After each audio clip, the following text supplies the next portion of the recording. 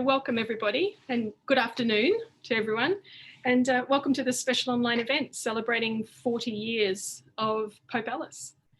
I'm Carrie McCarthy and I'm a Curatorial and Collections Officer here at Griffith University. And I'd just like, first of all, I'd like to begin by acknowledging the traditional owners of all the lands that we're all coming from today. Obviously we're sort of all over the place. In my case, the Yagara and Turrbal people. And pay my respects to elders past, present and emerging. And I extend that respect to all First Nations people who are joining with us today.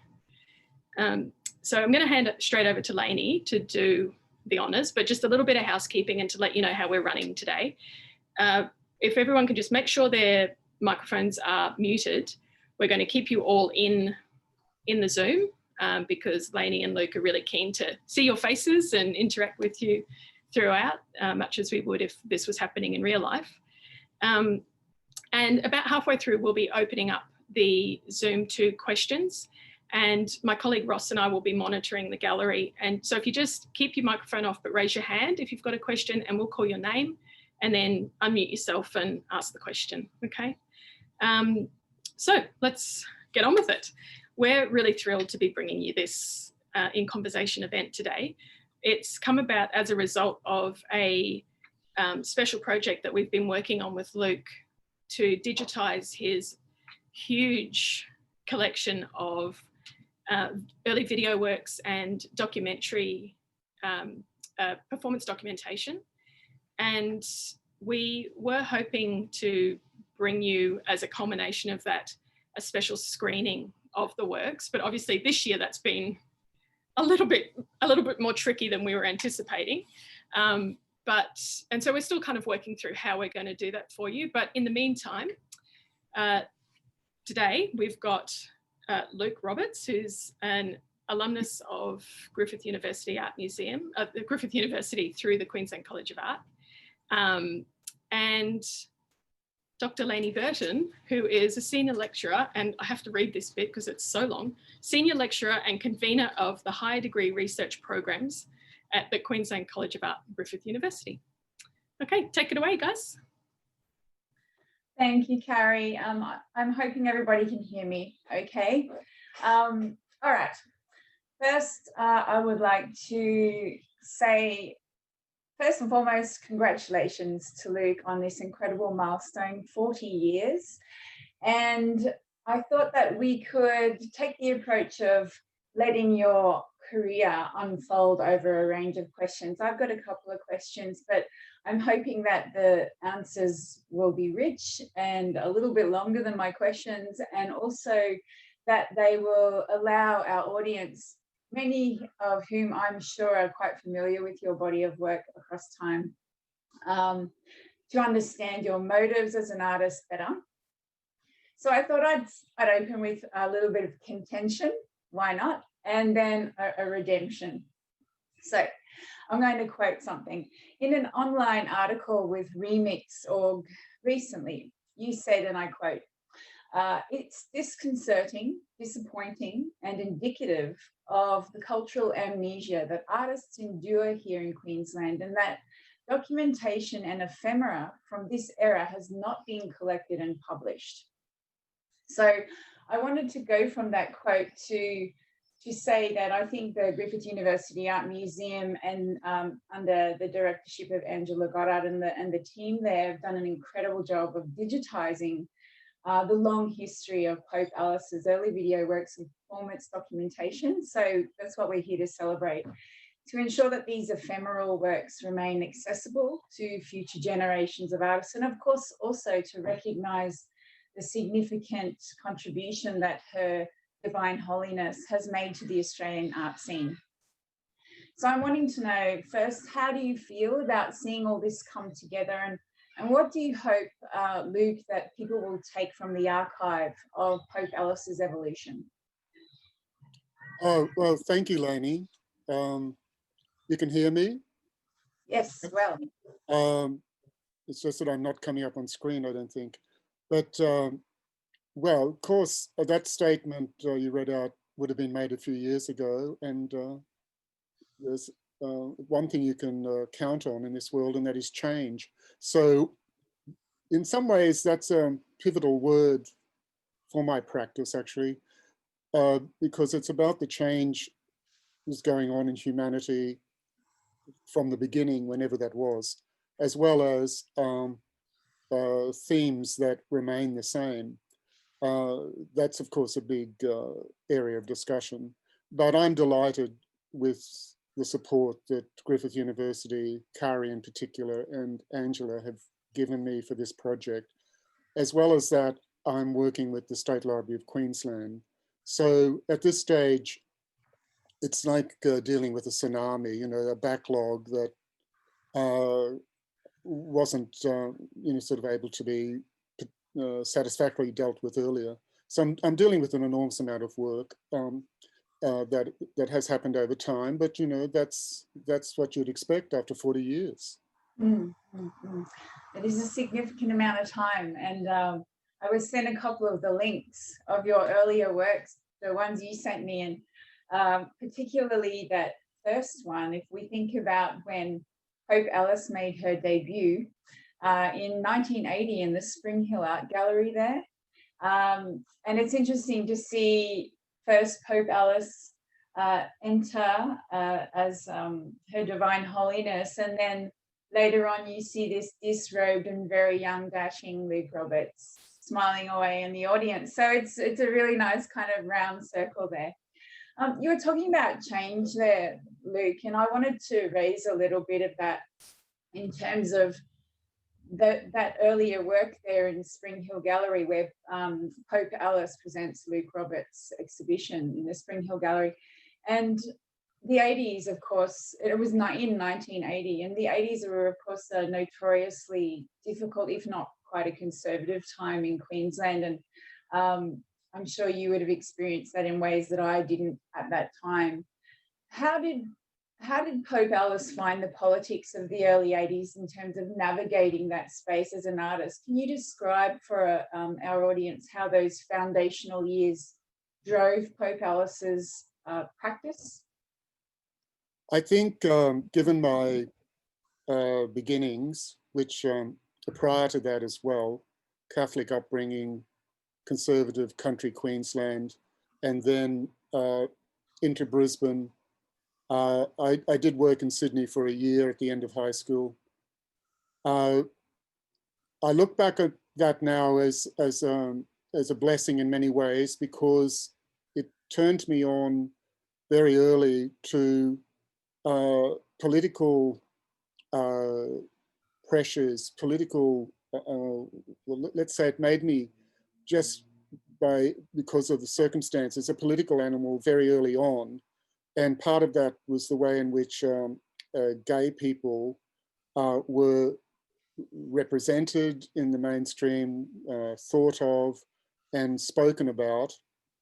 And that was, you know, very distressing to grow up with that. And in many ways, it produced Pope Alice, because she represented my dissatisfaction with the socio-political religious environment that I grew up in. So by the 1980s, or to be more specific, 1980, Pope Alice had arrived. In fact, I had presented Pope Alice in 1979, and prior to that, had been thinking of the persona. So her beginnings were much earlier. The one that big influence that I mention frequently, but it's always worth mentioning, is the influence the book Chariots of the Gods had on my thinking, because it gave me a key to the many things that I was interested in and am still interested in. So it's archaeology. Sexuality didn't really figure in that book, but it was there by implication in some ways. And also the way in which humanity may have developed. And of course, what in a larger international scene, there's still the very, it's almost like another form of being in the closet when you have an interest in extraterrestrials. I couldn't compare it to being gay in some ways. It's sort of like the interest that dare not speak its name, even though it does get spoken about. But you run the risk of being considered kooky and strange because it's still an area that's not properly, it may be properly researched, but that research is not allowed into the open arena. Anyway, you were centering your question around politics of 1980. Well, they were the Joh Bjelke-Petersen years. And I think Queensland got a taste back then of what's happening in many parts of the world now. So it's an odd thing to think of Queensland being ahead of its time, but I'm rather alarmed by the sort of indications of fascism and totalitarianism that we're seeing now in the global landscape.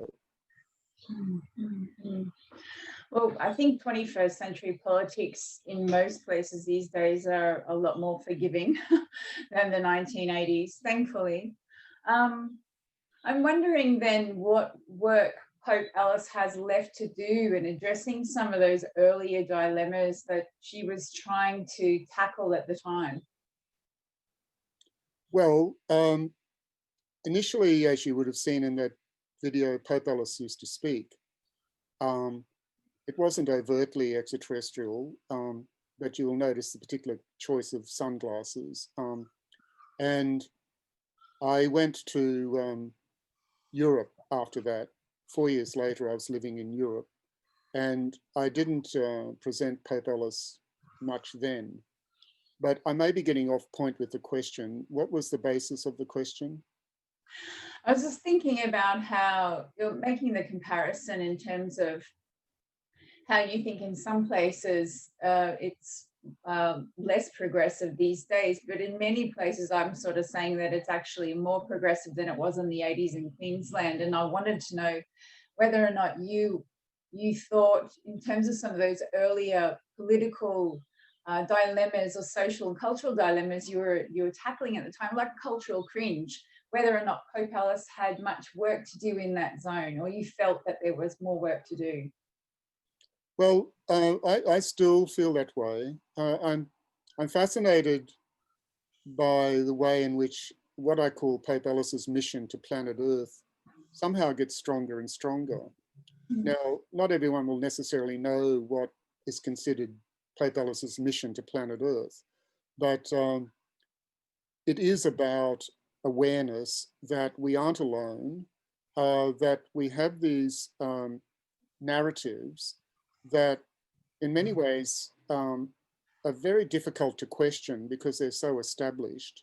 And yet there's a rigidity about them, unfortunately. And I'm thinking of, archaeological models, for example, explaining where we've come from and the way in which evolution is sort of, as a theory, has become very dominant and people are loath to question it. I think there is more questioning of it now.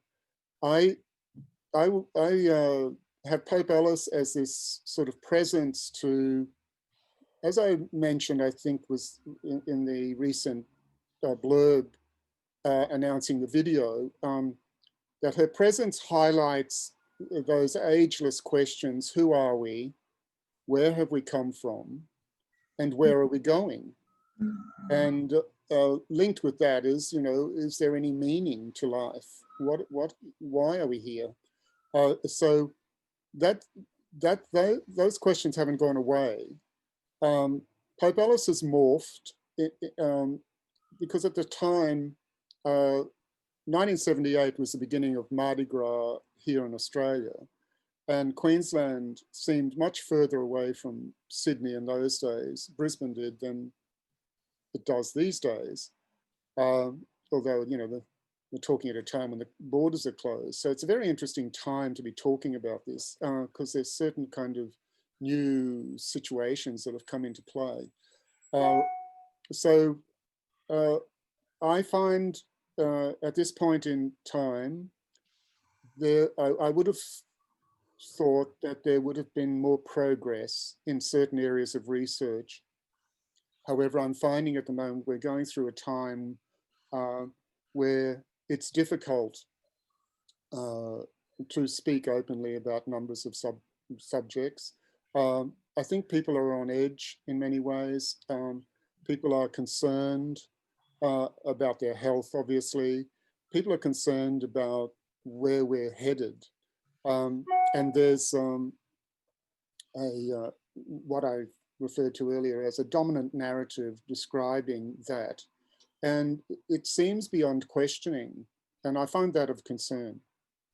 So Pope Alice represents an alternative to our views. I would like her to be a representation of our uncertainty. And I mean that in a good way, you know, because sometimes there's an arrogance that we know it all, it's all established, it's beyond questioning. Whereas I don't think anything is. I think if we stop questioning, we stagnate. If I can just draw it back to the body of work, the videos that were, you know, being going to be screened, hopefully. The archive of video artworks that Guam put together positions the technology at the time that you were making videos in those earlier days. We were talking on the telephone and you said something about the kind of glitchy effect and the sort of the quality of the videos, which I personally love because it positions the technology in a particular place and time. And I'm wondering whether or not technology and the way you're engaging with it as an artist, with Pope Alice as an artist, I wonder whether the way it's evolved has changed the way that Pope Alice approaches the way that she will relay her message to the world. So just thinking about the technologies that she's using. Oh yes, I mean there's amazing technology, and here we're speaking in a particular room that didn't exist that long ago. It's fascinating. When like if I always talk about Pope Alice as you know, in the third person, because I do not consider it to myself. I know that I'm dealing with something, I'm representing something. Now, we on this planet are developing our technology. It's getting more and more sophisticated. I think there's every reason for us to be concerned about where it might be headed in terms of artificial intelligence. But if Pope Alice is from somewhere else, we have to consider the possibility that there's far more advanced technology out there. And perhaps there's even far more advanced technology here on this planet that we aren't privy to. I've heard stories such as once we get things like mobile phones, or once we're able to access Zoom rooms, that's already old technology in terms of those who are developing these ideas. And so we're fed them sort of more slowly than they are actually being developed. So this is a big question, you know, where are we going with technology? How are we going to use it? How will it affect us as biological entities, you know? Because there's all this discussion about transhumanism and, you know, replacing parts or inserting chips into the body, etc., etc. So yes, this is a huge area. Yet to be, well, it's unstoppable now, I think, but that doesn't mean that it's not manageable. We have to work out how we're going to manage this. If I can bring you back to one of the points you mentioned earlier in your response there, Luke, you mentioned that you speak about Pope Alice in the third person. And I know today our focus is on the Pope Alice, but there is, as you mentioned, of course, her earthly conduit, an advisor, which is you. And I'm wondering how you negotiate that idea of Luke Roberts and Pope Alice coexisting, and whether or not you find that there's a kind of slippage that occurs as the work evolves itself. Because you also practice as an artist. So, for instance, recently you've got work in the Clayton Utz Prize. Your work's being displayed in Razzle Dazzle, the outdoor gallery around Brisbane. So, how do you negotiate those two? Is that a juggle for you? Well, yes. I'm interested in so many things. Basically, from the beginning of my practice, I realized that I was dealing with way too many interests. I've already mentioned archaeology and history.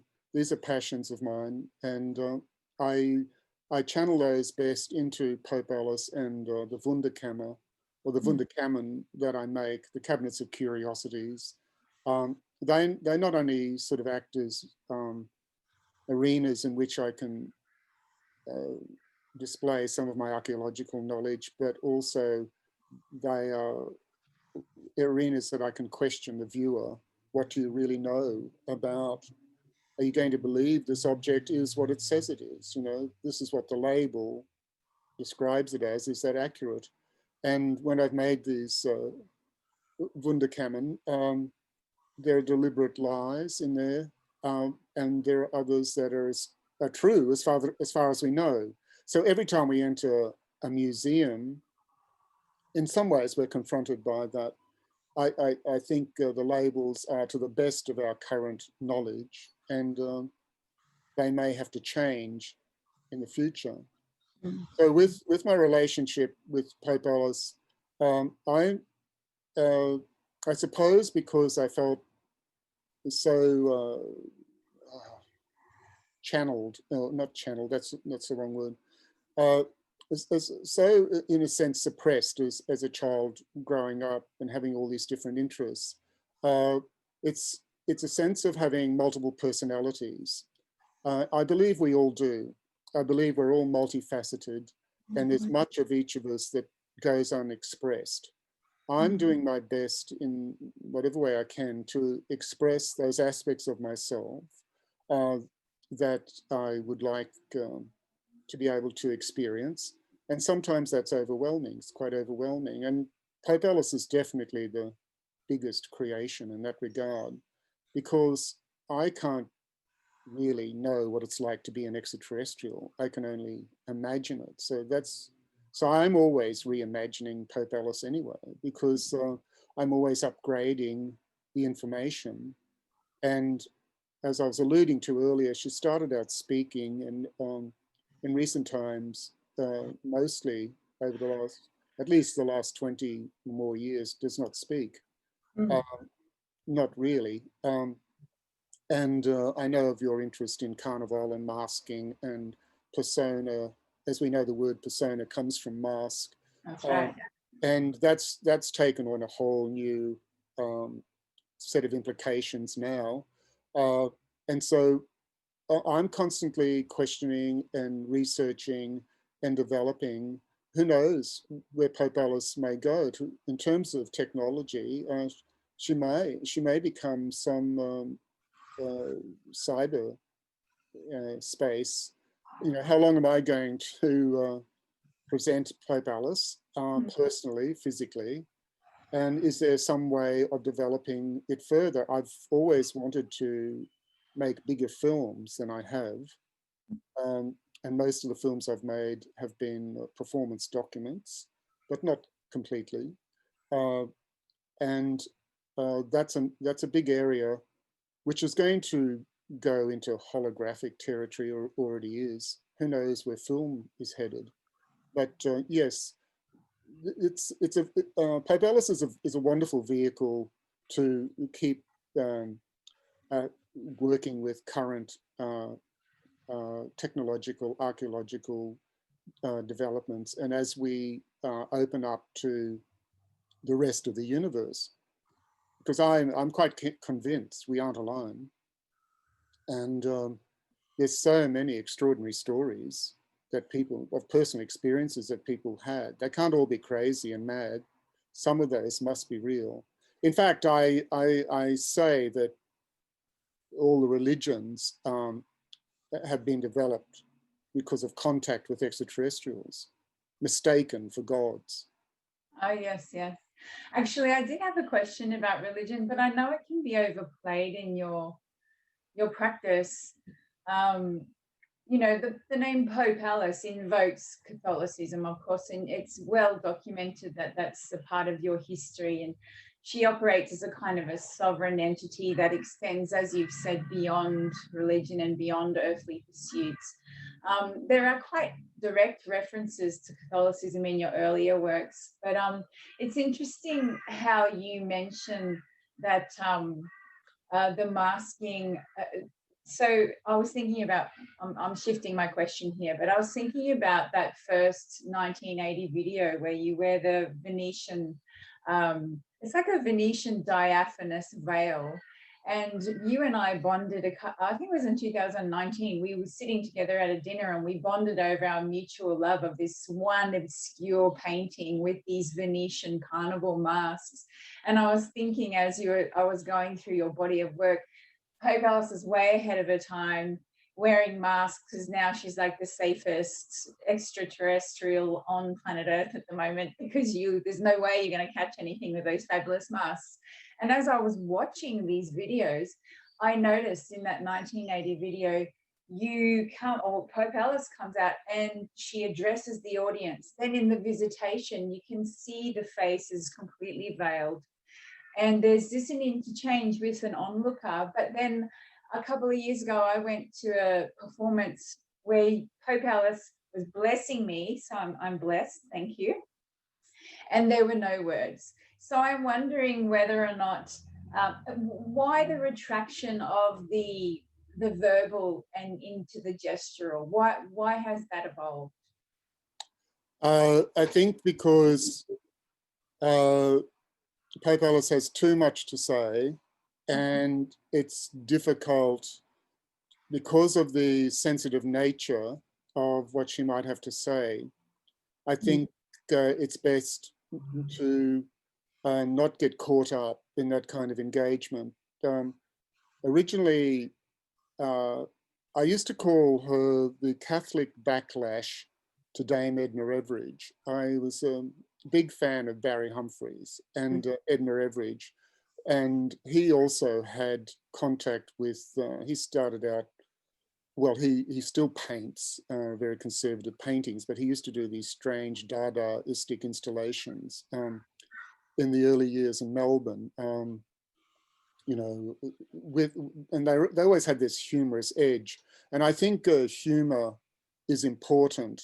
And so Pope Alice has aspects of the clown about her, the sacred clown, or a fool for Christ, or in particular tribal areas, there's people like the Hayoka in the Plains tribes in the US. There's different names and different figures like Loki and Scandinavian myths, trickster figures, etc. And I'm still working that out, and it's been an incredible journey because I grew up with these big stories, you know, the Bible stories, and so these days they tend to be seen as completely and utterly, you know, just metaphorical or myths, etc. Whereas I don't dismiss them so easily, particularly when you link them with the stories of other peoples and other cultures prior to the Bible being written, you know, the Sumerian stories, stories from Babylon, which influenced the Bible.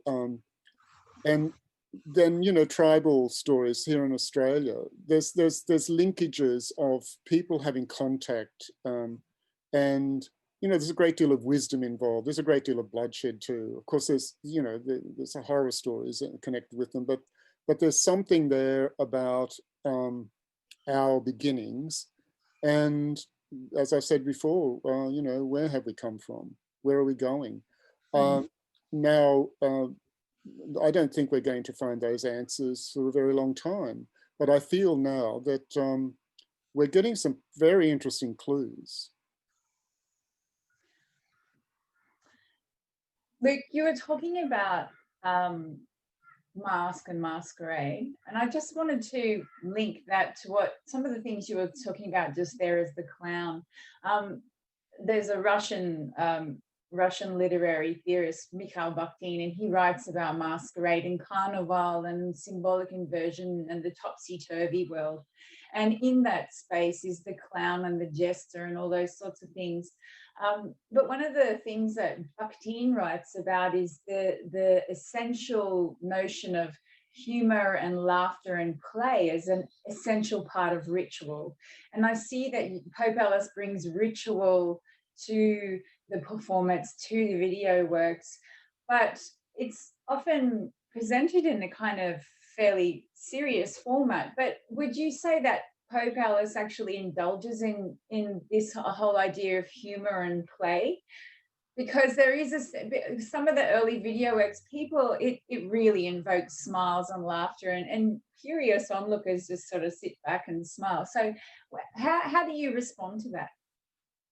Yeah, it's very good questions. Yes, play is very central to it, because I think as adults we forget how to play properly. We develop a sense of insecurity, I think, about being seen to be foolish or being seen to be spontaneous. Even, you know, we've all you know, people don't like to break into song or to break into dance for fear of ridicule, etc. And things with your previous question about the mask, etc. I didn't fully answer, I suppose, but reports of extraterrestrials say that they have this aura around them, or they have these helmets and things like that, because they aren't able to completely adapt to the atmosphere of Earth. And I've even heard stories, whether they're true or not, that they find us humans smelly, and so they're a bit offended by our body odor. And so, you know, so I took all that on board, and there's so many layers within the Pope Alice creation, because I won't go into all of them, but you know, I have a great deal of interest in Egyptology as well, and the gods of Egypt. And so trying to bring that all together it's almost impossible, I suppose, but that's what I want to remind people of, that we've had these very exotic past civilizations and these very twists, you know, incredible twists and turns in life on this planet. And we've arrived now at a point where, to be quite, you know, straightforward here, you know, we have a fairly conservative, we dress fairly conservative these days, and in many ways we hide behind our clothing.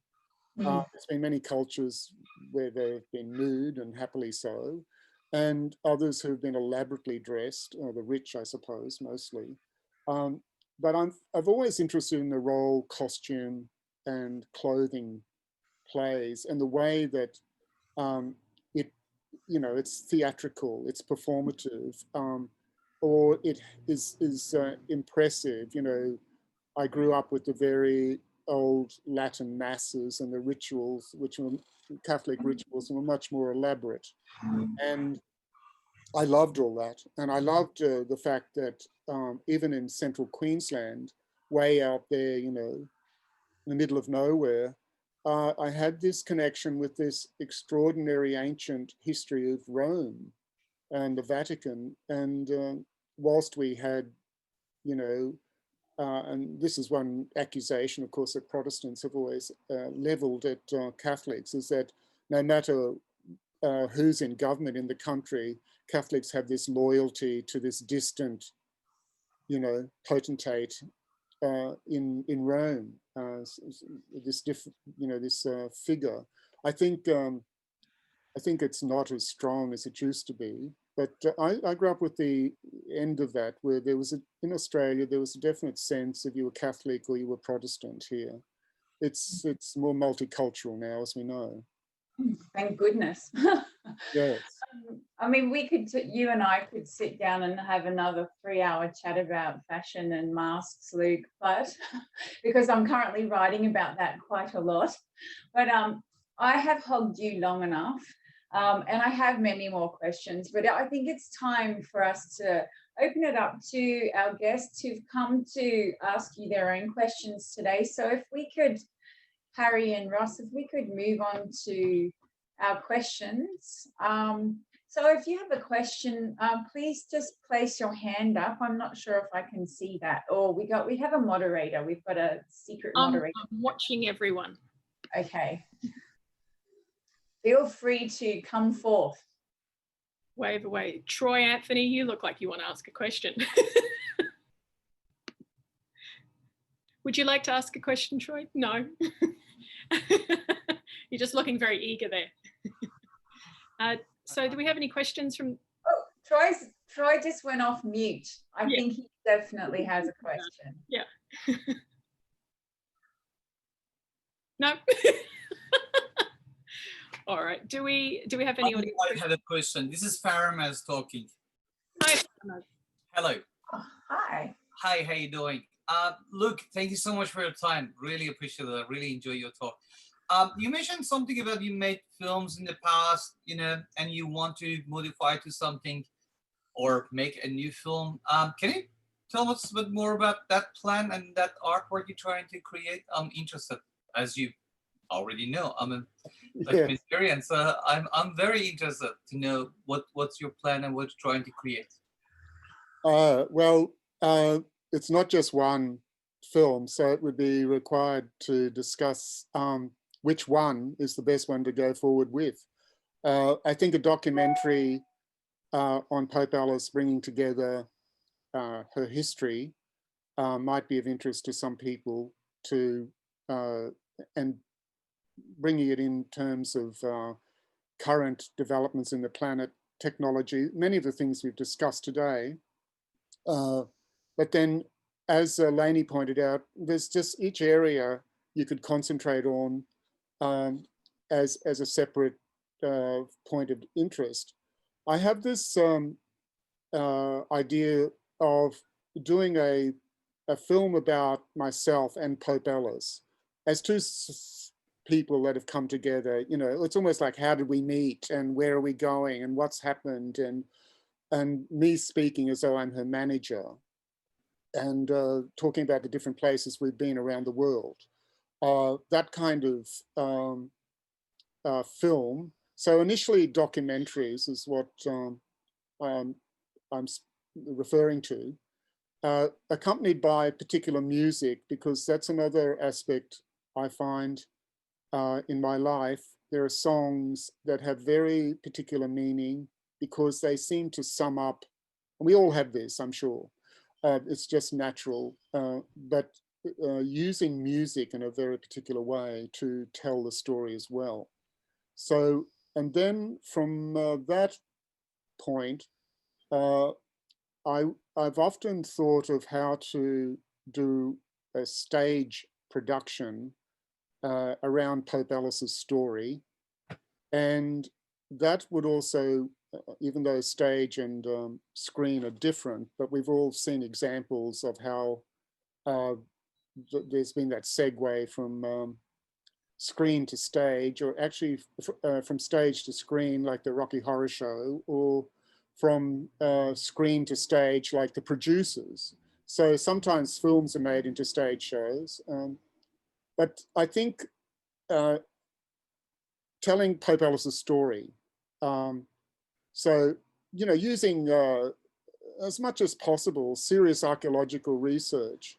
So it would have overtones of some of the, like 2001: A Space Odyssey, or something like, even though I'm not really a big fan of the Indiana Jones films, but something less mainstream than that, still having a serious sort of edge to it, but bringing humor and play into it, describing ancient history.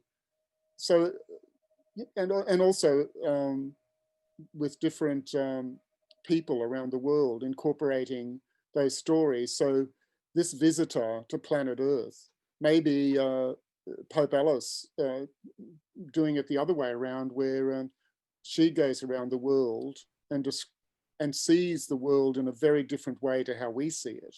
Because you could imagine an extraterrestrial visitor, what they might think of this. Has Pope Alice visited Outback at all? Yes. I went out to Alpha and to Lake Galilee out there in the middle of Queensland in 2008, 9 and 10 and took some photographs. But yes, part of the rare sightings of Pope Alice are to do with the production involved in actually appearing anywhere and the expense. Thank you so much. Okay, have we got any other audience questions? I'd like to ask a question. I'm Nancy Underhill. Hi, Nancy. Hi, Nancy. Hello, Luke. What's your role really? During the 80s, there was a huge amount of toing and froing about liking museums and then suddenly documenting something to put in the museum at the same time as many people, Peter Kennedy being one, you another, going on about museums. Have you got any current views on the role of an art gallery in your work? Not any specific art gallery. No. So do you mean the crossover between the art galleries and the museum, such as the way that art galleries sometimes... Well, no, I use the word museum for an art gallery. I'm sorry. I mean art galleries. Right. I think there's going to continue to be a discussion around the role of art galleries. And part of that will be to do with technology that we've spoken of. As it develops and there's, let's say, more freedom, more free time for individuals, are we going to see an increasing number of artists in the world look at the way that you can make videos much more easily these days? They're not necessarily of quality, of course, but the tools are even with photography, as many here would know, when years ago, it was a big deal to take a photograph because you had a roll of film and then you had to have it developed. So you were very particular about what you would photograph because it was there was a cost associated. The same with video and film. Now there are many more tools available. In the future, what if we can exactly reproduce masterpieces? So down to the last brushstroke somehow through technology. It's not impossible.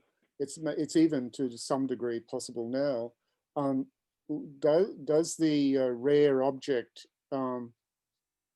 require, what is it going to require? Will people travel as much as they do now? I can't really answer your question properly, Nancy, except that as an artist, of course, that's one of the arenas, if you wish to be heard and seen, are the art galleries. So they're always, well, up until this point in time, they are areas that we are connected with. The museum, which I've mentioned earlier, in terms of particularly archaeological displays or anything, they also have to develop and continue researching, changing labels. I suppose we've seen that in our own lifetime. The old museum up on Gregory Terrace, I used to go into it and say, this museum should be in a museum. And it was wonderful.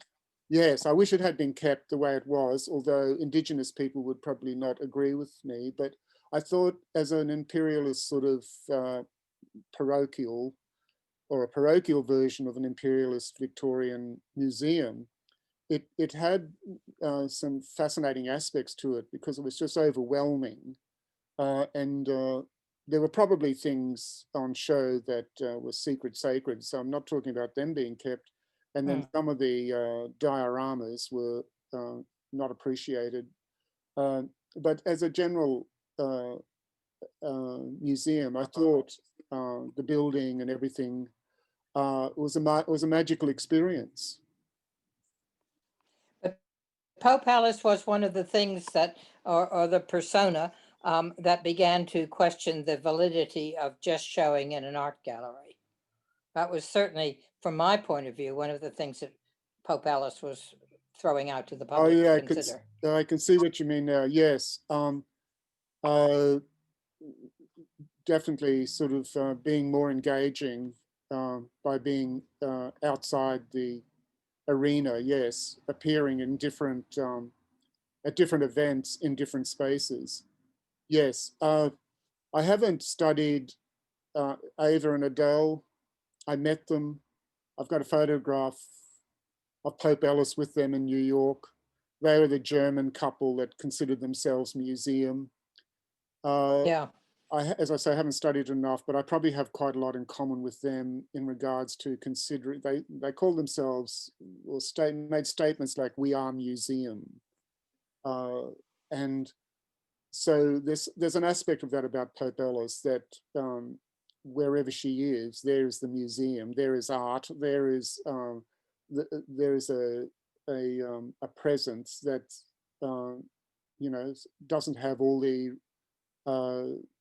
usual paraphernalia of an art gallery, because I think it's it probably comes out of my growing up in a small town and having an accentuated a sense of community, and sometimes galleries can feel a little overwhelming for people. They don't feel there's more encouragement, as we've seen, for people to visit art galleries.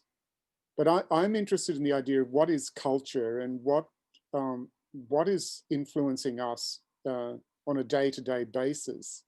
There's still that association for some people, you know, that art is to do with wealth and also to do with things that the lay person can't really understand. Some people feel that they're made to feel stupid, you know, because they don't understand why a banana stuck to a wall with a piece of tape would be worth so much money. When, you know, it's the old thing, my kid could do that, I could do that. Yeah, but they didn't. At the IMA, no, they didn't. At the IMA, in your early time there, Nancy, you know, the oak tree, the glass of water. Yeah. That the National Gallery bought. Fantastic thing. Yes. Okay, thanks very much. Okay, Thanks for the question. We've got time for a couple of more questions if anyone's got any. And just to say too, there has been a couple of people have asked in the chat where these videos are available or will be available. So the very first appearance of Pope Alice at Pope Alice Presents Luke Roberts in 1980, that's currently available on through Milani Gallery on their website. So we've popped a link to that in the chat for you to have a look at that. We can also make it available after this for you.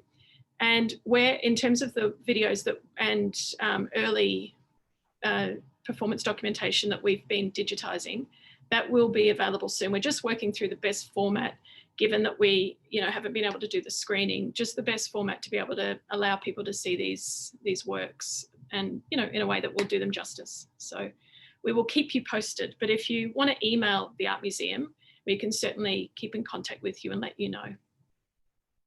So are there any other audience questions for Luke? Yeah.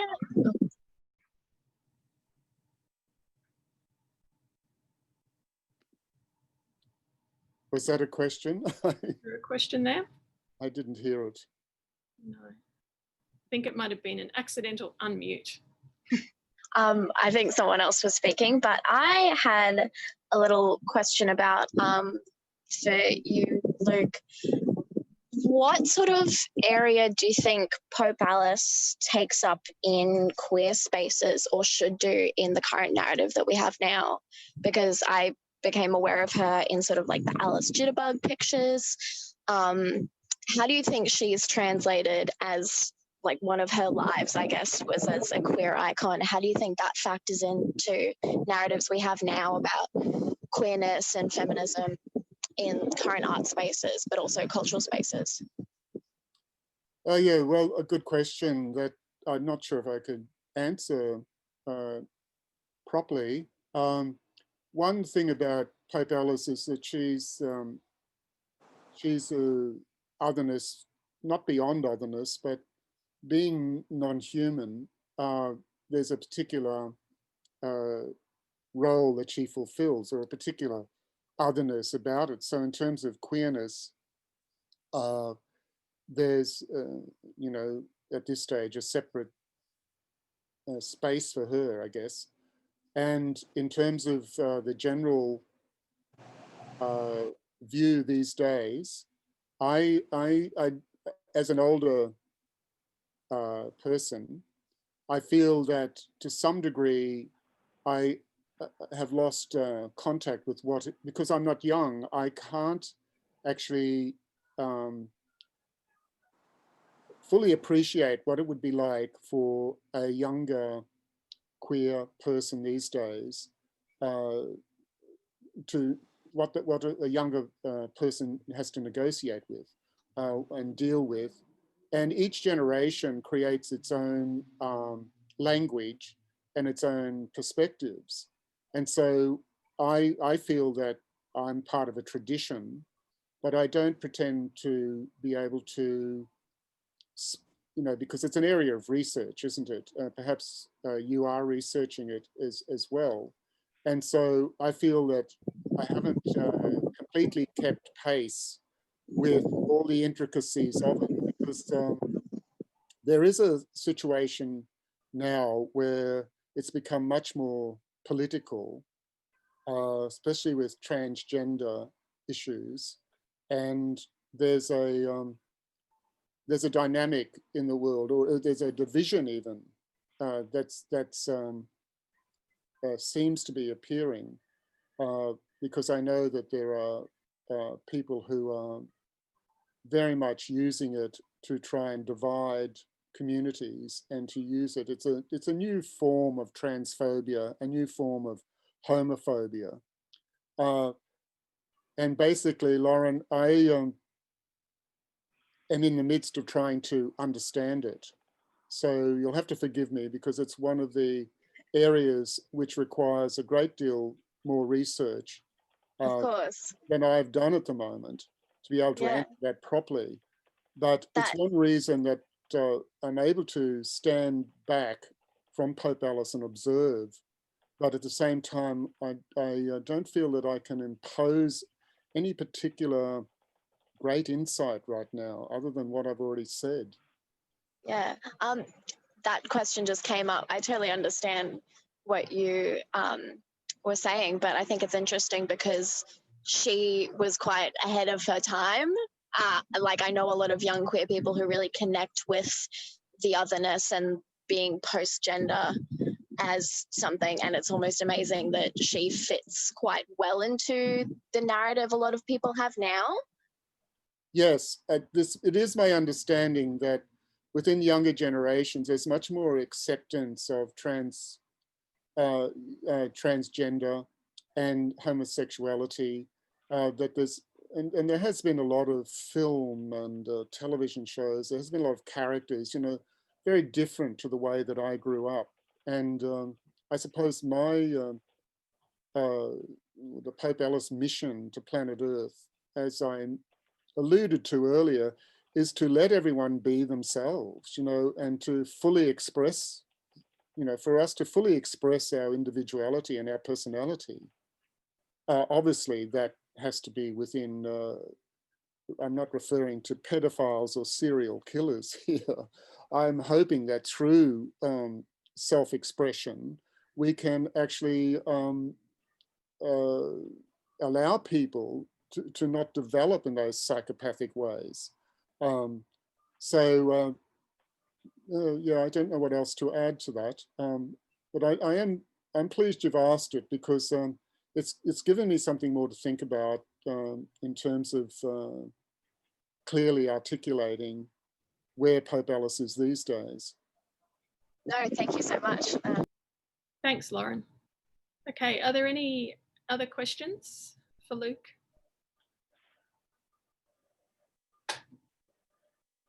So we're almost out of time, so this is your last call for questions.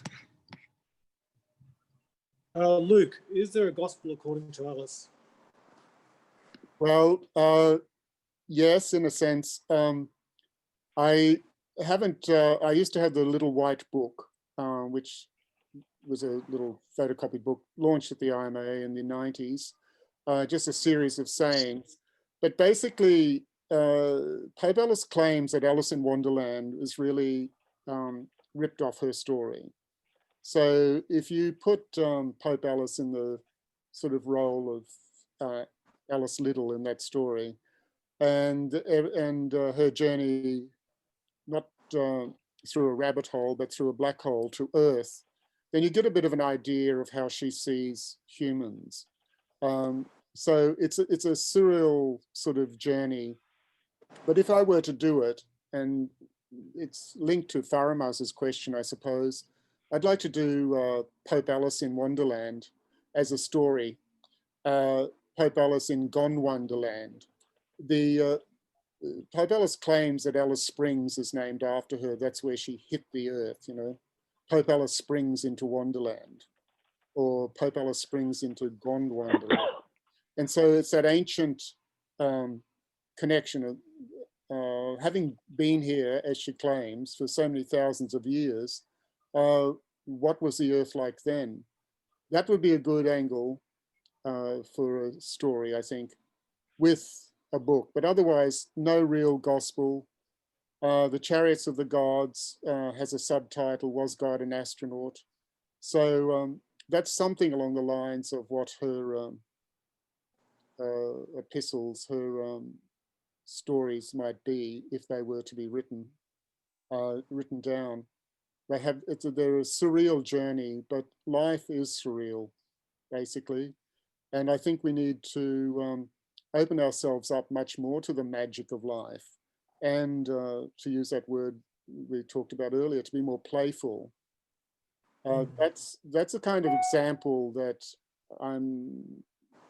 Pope Alice is trying to set. Some way of being a procession of one, a carnival of one, an expression of joy and delight. And there's a multicultural aspect to her. And we all know these days there's so many provisos on what you can do. I do think it's a stage that's necessary, but in the future, which I do like to talk about, project into, and that's what Pope Alice is. She's a future projection of optimism and joy and compassion and all those things that to relieve us of these burdens, often unnecessary, that we carry around, this personal baggage. And I'm speaking, this has been my own experience. That's what I'm trying to do with Pope Alice, is to liberate myself.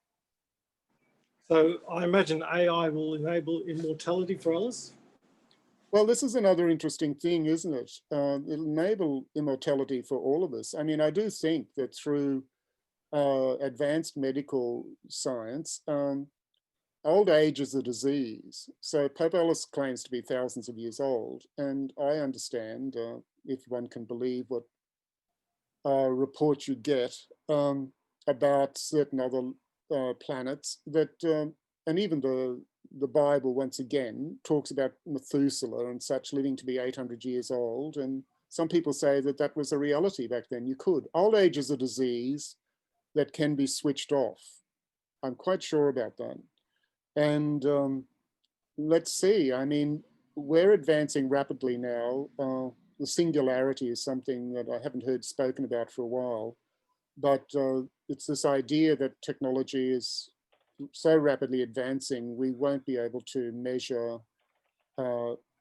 its advances because it'll be, you know, sort of everything happening all at once.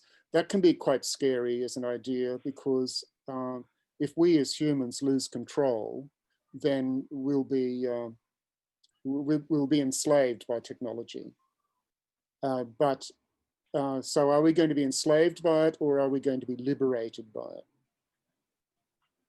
That's the big question. One might argue we're already enslaved, Luke. Here we are, trapped in a screen together. Anne Bynum has just said she'd like to see an episode of Doctor Who with Pope Alice making an appearance. Oh, yes, yes. I guess the possibilities are endless there. We're coming up to the end of time. Does that work for you, Laini? Yes, it's been an absolute honour and a privilege and a pleasure to speak with you, Luke. Congratulations on this milestone, and I'm really happy to be asked to be a part of it. So thank you also to the Griffith University Art Museum for asking me to do this today. It's been a pleasure for me and a privilege as well, Laini. And I also wish to thank Griffith for this opportunity. It's quite special to be able to celebrate the anniversary in this way, and I'm very grateful.